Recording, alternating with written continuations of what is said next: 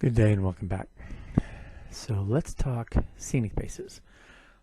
In this video, I'm going to walk through a process for making one of the scenic bases for Man 3 Elite. This is one of the four. I'm doing a series just for fun, so it's what I call the Seasons of Soviet Armor. I've done Winter, which is the KV-2. I've done Early Spring, which was the SU-152. And this one is the M3 Elite, which I'm doing in fall.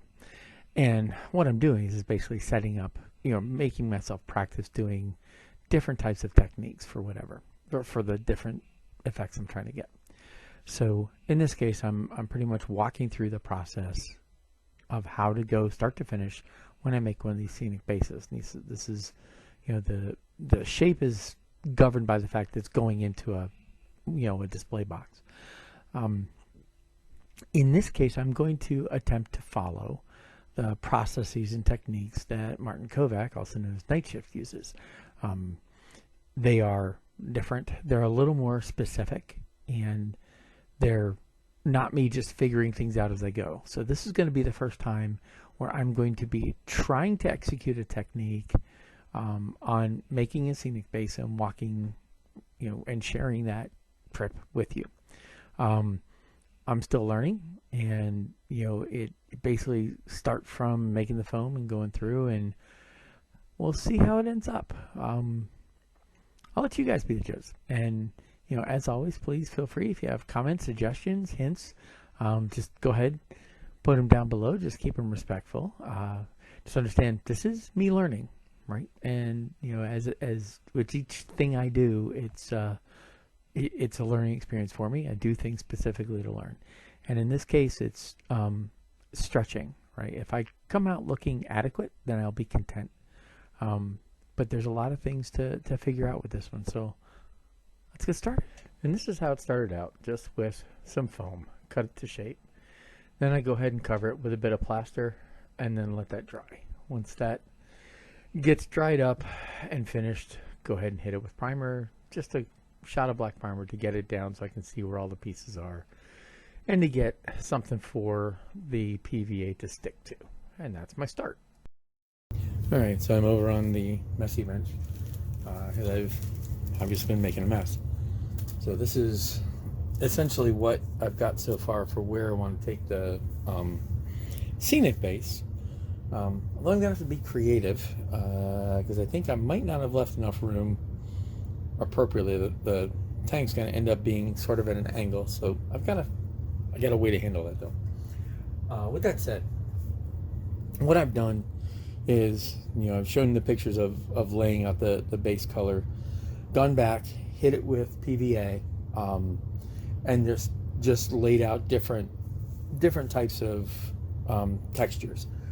Started with this stuff, which is essentially just concrete that's been crushed, and in here there's all kinds of different I haven't sorted it, so I've got some big rocks and some little crumbly pits, and then I took a bit of ballast, just this stuff here, just a little bit of fine ballast, spread it around in different places, then hit it with some of these cork rocks, which you see, and I have this Battlefield in the box stuff because I picked this stuff up years ago when I was doing miniature bases.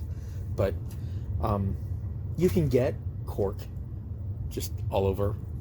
Cork's easy to get, and you can splinter it and make basically these little cork rocks.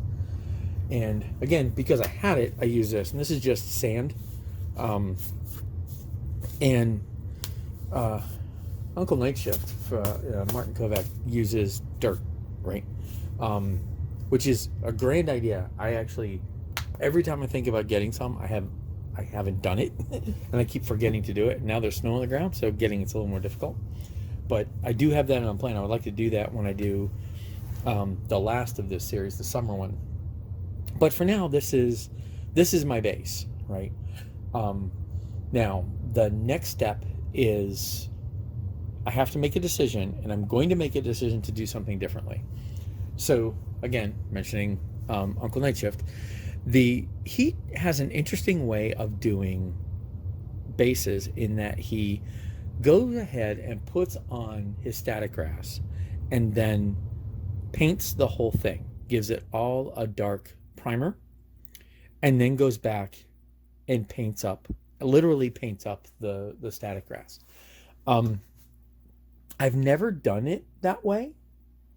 I've always relied on the grass that had pretty much the color that I was going after. You know, so like this is sort of too bright, but some of these are like, obviously that one just, it looks fake. It doesn't look real. So what I want to do is, because I'm going for fall, I want to go ahead and go for dried and grown grass. So I'm actually looking for a taller set of grass, and with it being more dry. So I'm going to try that. I'm going to go ahead and try what he did. So the next step now, instead of painting this down, is to go ahead and put on the static grass where I want it, which will be along through here, along the edges here. And I kind of am going to put static grass through here, and I want the tank to just drive through it. It'll be splotchy. I'm intentionally going to have it be splotchy, but I do want a lot of grass through here because I want to make this a field. So that's what I'm going to go with, and that's my next step. So now the next step for me is to go ahead and put the grass on, which is what I'm going to do now. So putting on static grass is pretty straightforward. Just use some PVA mixed with alcohol. That breaks up the surface tension so it flows. And then a static grass applicator. I use 3 different lengths, 2 mil, 4 mil, and 6 mil. And that gives different textures and different lengths. It sort of breaks it up and gives it more of a realistic look. And I just kind of work in sections. Like, don't try to do the whole base all at once. Just go spot over spot. And that helps get it to stand up and look right. You know, just going that way gives it a better overall finished look when you're done. This is where I second guess what I'm doing.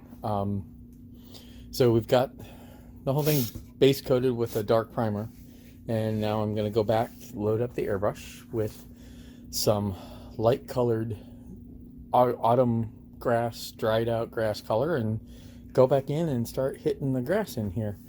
Kind of following what he did, and we'll see what comes of it. Okay, so I got the primer laid down, and then I realized there's some pieces on this that just aren't quite right. I was still wanting longer tufts of grass. So some of the big tall stalks, I only had, I think the tallest I have here is just 4 mil. So what I did is I went back, and again, and I'm going to continue to say this, you're going to hear me say it multiple times, is I'm really leaning heavily on Martin Kovac, aka Nightshift's videos on how he does scenery, because I'm really trying to emulate what he did, just to see how well that works for me. To the point. So this is how big, this is, the scale of the individuals that I'm going to have on there. The tank's going to fill up this space, but you've got, these are the size of the figures, right? One of the things that Martin uses is brushes. So because I didn't have longer tufts of grass, what I was re-looking at what he did, and he's used tufts of bristles from paintbrush. So, following in that vein, or using that technique or whatever, I'm going to see if I can use my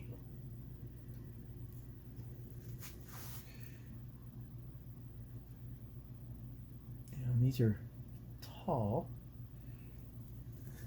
They're a little bit taller than I wanted, but I won't do them quite so much that big. But what I will do, in a few places I'll use some of the longer pieces. I'm thinking these forceps are probably the worst part for this. I don't want to use my tweezers. Those are just little tufts. Let's see if I get a few more stuck in there.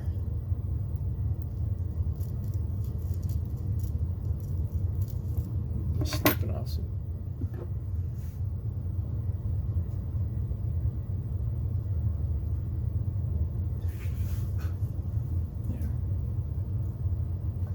And really what I'm looking for is just, I'm looking at places where grass just tends to grow, and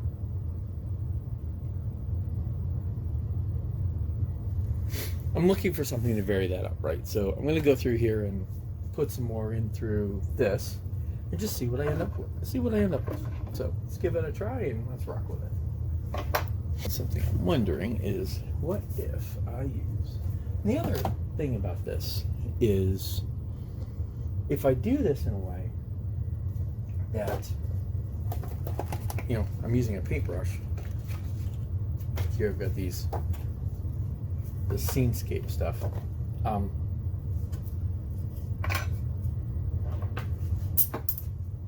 These things are not cheap. They're not really expensive either. And I have some still of this. No, this is like woodland scenic stuff for trains and so forth. I have them, and there's really no point in not using them, right? But if there's ways I can do this that is a little more affordable, shall we say,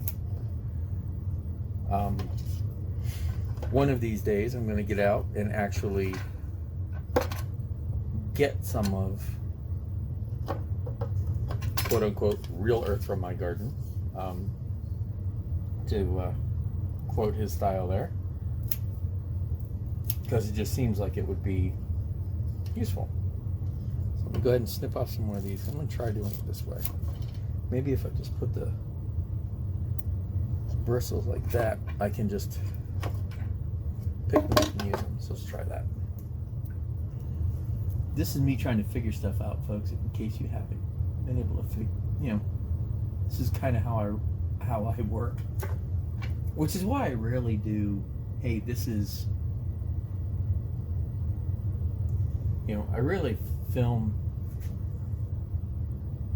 process like this where I'm trying to figure stuff out, because this has got to be frustrating for folk, or at least, this is me just fiddling around.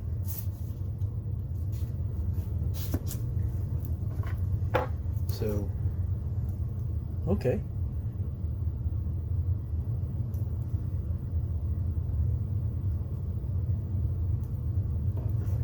I don't want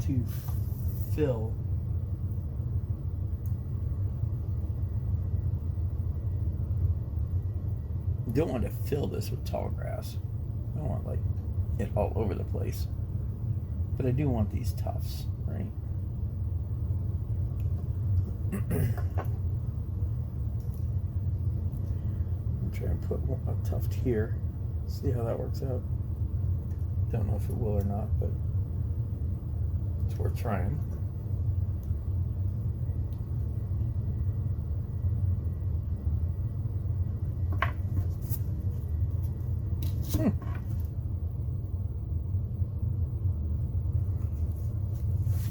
Well, okay.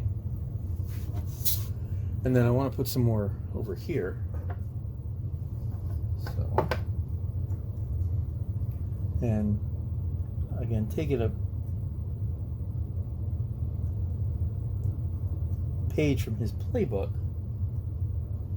working in sections is smart, right? So you go through, don't try to do everything all at once. Just work in sections, pieces. I'm thinking I'm finding it better to trim off the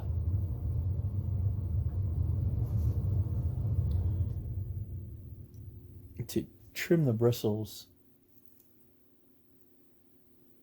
and put them in as I go, because it's keeping the base, I guess, more square. Now what I want to do here is, I'm not convinced of the adhesion piece, so I'm going to go back.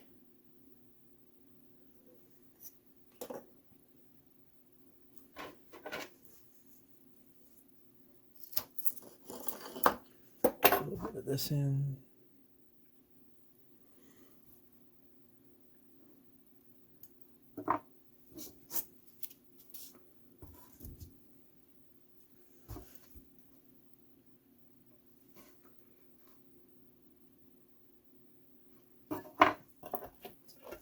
actually kind of working.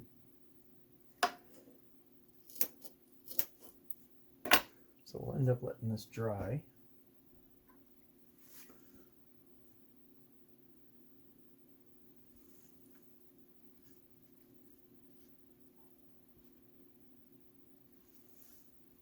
And you see, working in just little bits and pieces allows for that to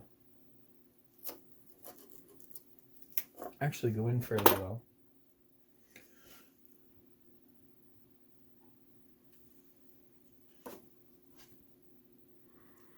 And obviously I will put, I've probably mentioned it a bunch of times, but I will put a link down to the video I used. He's got several that are like this, where he goes into different, where he goes into some of this stuff.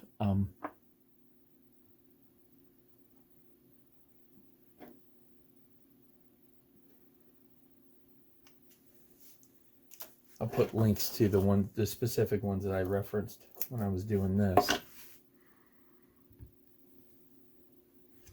sort of to help y'all, give them credit, because honestly, I wouldn't have thought of doing this. I would not have thought of using a paintbrush.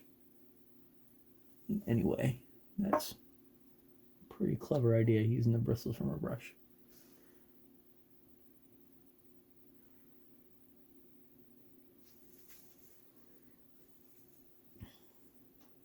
Now, I do have a couple other tufts I'm going to use. Like I said, I am going to use the leftover of this stuff, of these little scenescapes, and all they are really is that. And I'll use them at the end to sort of fill in extra. And I do have some things that I'm not going to color, where I'm going to actually use, let me go ahead and resend this, but I'm going to use some things that are the colors they are, and that's this stuff. And again, these are things I have, and these are leaves, fall leaves from, oh gosh, one of the Scenic makers. This was like a couple bucks, like half a shekel for 4 of them. There were these 2, and then these 2 colors. So I think what I'm going to do is mix in these 2, this will be the primary, some of those mixed in, some of this mixed in, and that's going to be like the final scatter, just to add the fall look. But for now, that's what we got. That's where I am. Let this dry, then I'll go ahead and pull out the primer, and then tomorrow I'll go ahead and hit the airbrush. So we go. Okay, so what I've gotten the base, just sort of the base color. So I've gone back, I've lightened up the grass a little bit. Again, with what I'm following, I don't know where I'm going. I'm really not sure how this is going to work out, but we're going to try. I kind of like the way this gray comes out here, but I think I want to go with more sand. So I'm going to go ahead and hit where all the ground is with the air sand. And we'll fill that in. I did hit like that rock and that rock with the gray paint, just to see how painting it looks, because that's, again, that's the Nightshift way, and it works. It looks okay. So I'm going to go ahead and do that. But first, I might as well go ahead and do all the grass here before I come back in and highlight these with the lighter tans. But we got the base coat down, so let's go ahead and crack in. So this is basic airbrushing, right? I'm going to start off with the really, really light tan. It almost looks white here. It's not. It's a light earth. It gives it sort of a sandy base. And then I'm just going to graduate to different colors, right? I have to come in at different angles so I can get to the right spots, to the whatever I need to do, and then gradually brighten up the colors. I give the dirt the color it needs, then I come in and I start mixing in different yellows and greens into the grass to give it more life, more vibrance, right? So it doesn't have that frozen look. I want it to look end of summery, right? And that's where, like here, we're getting a lot more of the green in to just give it a little more life and a little more vibrance. And that gives it a decent overall look. So now what I've done is I've given it most of the shading washes. I still am going to do a little bit of high brushing, basically a little bit of light gray dry brushing on some of the surfaces of the bigger rocks, but for the most part I've got that there. I will go back and I am going to hit it with a bit of pigment here and there, not much, just enough to soften some of these areas here. But this was all just the little highlight airbrushing that you saw me do, and that's it. Went back and hand painted. What I did since then is I hand painted all the rocks with the gray and put little dabs of dark wash here, here, here, and that's it. So now the last bit is to do the leaves, which is kind of what I did. Now these were, like I said, these I got from a train supply store, I guess, or a train supply, if I'm remembering right. And they're little, basically shapes of leaves in autumn colors. Now what I want to do is I'm going to mix up these leaves with, got wash all over my hands and stuff. So I'm putting these guys on here. What I want to do is I kind of want to mix them up, touch them up a little, make them a little bit smaller, and mix them up and get some color mix in there. But my primary color that I really want to go with is I want mostly that brown. I want it mostly this stuff here. Let's get the majority of it in there. Right, so that should do. What I'm doing, what I'm doing here, I'm crunching them up. They'll have leaf shapes, and they're about right for this. But that's kind of the look I'm going for. I think I want to get a little more of these in here. Just there.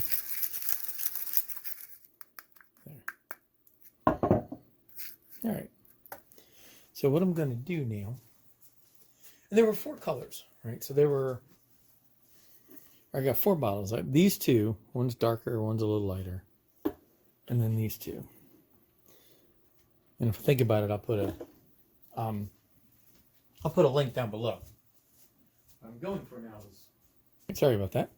So what I'm going for is a pair of tweezers, so I can just sort of sprinkle them on. And what I want to do is I don't want them to be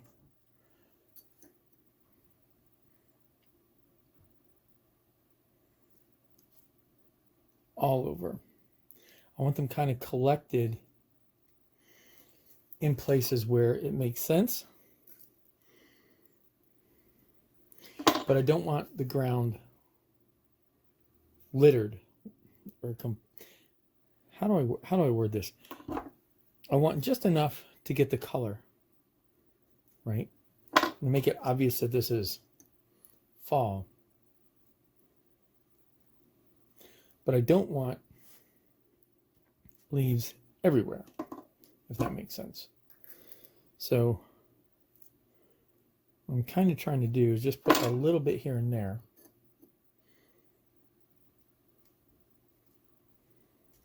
If I can get them to come off my thing, there we go. Now this is PVA thin with a little bit of not mineral spirits. That's what I'm looking for. Come on, I'm looking right at it. Alcohol, thank you very much. Just a shot of alcohol to take away the surface tension, right? To allow it to do just that, to allow it to mix in. So that hopefully by putting these guys on,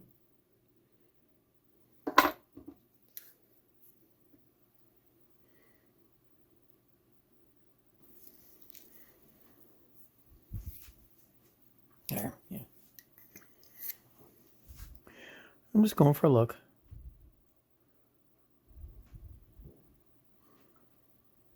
Really, the goal here for me is the suggestion of fall. And what really says fall is fall leaves. Let's rotate this around. Okay, we'll come right back down the back side here. And I went to put this away, and I realized that there was something else I forgot. I also have some of this seafoam that I wanted to use to make a little bit more interesting structures. And these are kind of curious little critters, right? But they make good little filler for vegetation. Don't use a lot. I don't use a lot when I do this. Just enough. Okay, and with that, I've got the Scenic base at least done. That was a little adventure. I will probably try that again when I do summer. I'm still not entirely sure if I like the way it comes out or not. There's more airbrushing involved in using Nightshift's method than I like, mostly because I'm not a big fan of airbrushing, and that's just a me thing. But with that said, it came out pretty much acceptable.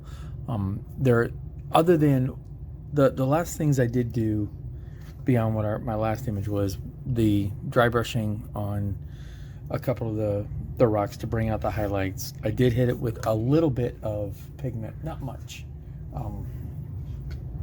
For the most part, I use the same pigment mixture that I have been. Mostly it was this colors right up in here, and they just kind of went in different spots just to soften up edges here and there. I did leave like this backside right here. This is a little rough, and this will fit inside the display case. So I cut this to fit in a display box I have, and that's what I've been doing. I have 3 or 4 of the little display boxes because my upstairs is more than a little dusty.